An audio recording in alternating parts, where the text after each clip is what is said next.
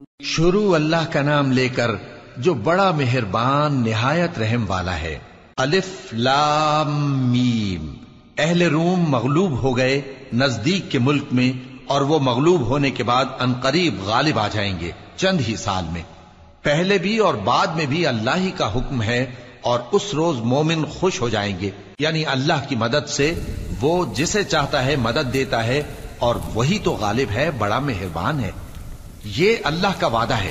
اللہ اپنے وعدے کے خلاف نہیں کرتا، لیکن اکثر لوگ نہیں جانتے۔ یہ لوگ دنیا کی ظاہری زندگی کو جانتے ہیں اور آخرت کی طرف سے غافل ہیں۔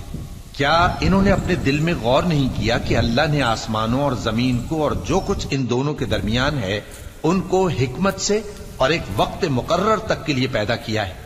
اور بہت سے لوگ اپنے پروردگار سے ملنے کے منکر ہیں۔ کیا ان لوگوں نے ملک میں سیر نہیں کی؟ سیر کرتے تو دیکھ لیتے کہ جو لوگ ان سے پہلے تھے ان کا انجام کیسا ہوا۔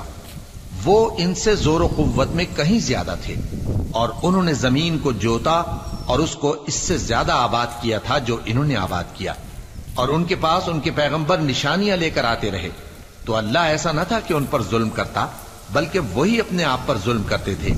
پھر جن لوگوں نے برائی کی ان کا انجام بھی برا ہوا، اس لیے کہ وہ اللہ کی آیتوں کو جھٹلاتے اور ان کی ہنسی اڑاتے رہے تھے۔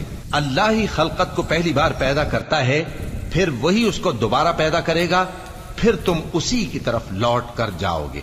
اور جس دن قیامت برپا ہوگی گناہگار نا امید ہو جائیں گے، اور ان کے بنائے ہوئے شریکوں میں سے کوئی ان کا سفارشی نہ ہوگا، اور وہ اپنے شریکوں سے منکر ہو جائیں گے۔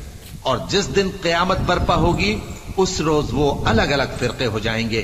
تو جو لوگ ایمان لائے اور عمل نیک کرتے رہے وہ بہشت کے باغ میں خوشحال ہوں گے، اور جنہوں نے کفر کیا اور ہماری آیتوں اور آخرت کی پیشی کو جھٹلایا وہ عذاب میں گرفتار کر کے لائے جائیں گے۔ تو جس وقت شام ہو اور جس وقت صبح ہو اللہ کی تسبیح کرو، یعنی نماز پڑھو، اور آسمانوں اور زمین میں اسی کی تعریف ہے، اور تیسرے پہر بھی اور جب دوپہر ہو اس وقت بھی نماز پڑھا کرو۔ وہی زندہ کو مردے سے نکالتا ہے اور وہی مردے کو زندہ سے نکالتا ہے، اور وہی زمین کو اس کے مرنے کے بعد زندہ کرتا ہے، اور اسی طرح تم دوبارہ زمین میں سے نکالے جاؤ گے۔